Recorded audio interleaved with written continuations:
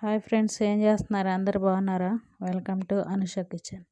బయట వాతావరణం అంతా చల్లగా వర్షం పడేలా ఉంది. చూడండి, మొక్కజొన్న కండ్లు కాల్చుకున్నారండి. వేడిగా కుంపటి పెట్టేసి బొగ్గులేసి గాలికి ఎదురోక పెట్టి ఇసిరామంటే నిప్పులు బాగా రగులుకుంటాయి. పైన కండె పెట్టేసుకొని గాలికి చూడండి ఎలా వస్తుందన్నమాట. నిప్పు అంటుకుంది బొగ్గుకి. కొంచెం కొబ్బరి పీచేసి ముట్టించామంటే త్వరగా అంటుకునేది. ఇసురుకుంటా ఉంటే ఇసిన కర్రతోటి నీట్గా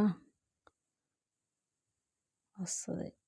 ఐదు రగులుకుంది చూడండి, ఎర్రగా బగబగలాడుతుంది నిప్పు.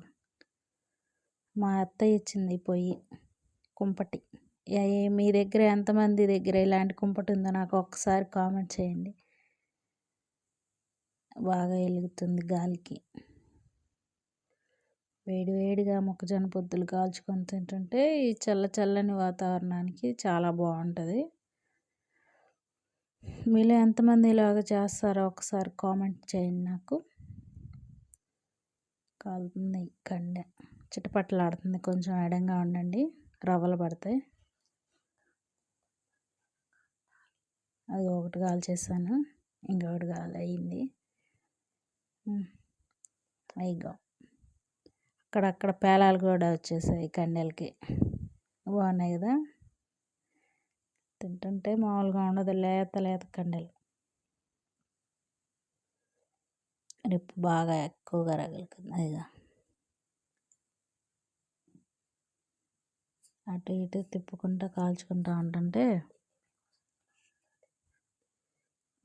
అది మీకోసం స్లోమోలో తీసాను, క్లియర్గా తెలియాలని.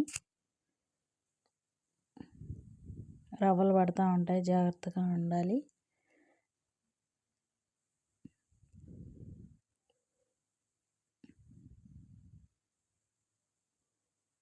బాగున్నాయా? తిన్నారండి ఫ్రెండ్స్. చల్లని వాతావరణానికి వేడి మొక్కజొన్న పొత్తులు. మీరు ఎప్పుడన్నా ఇలా కాల్చుకున్నారా లేదా అని మొక్కజొన్న పొత్తుల్ని కుంపటి మీద నాకు కామెంట్ చేయండి.